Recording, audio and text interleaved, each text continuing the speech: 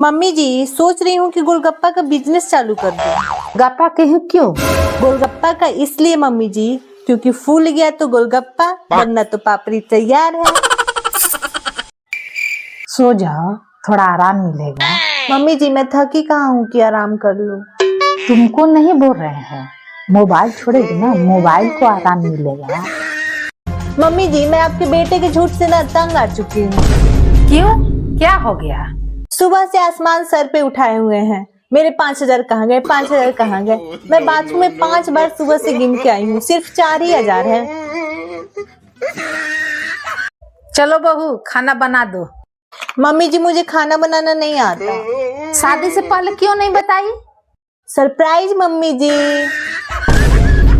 रोज रोज बोले लू कि होटल ना ले चले, नहीं होटल ना ले चलता। चलो आज होटल ले चलता नहीं।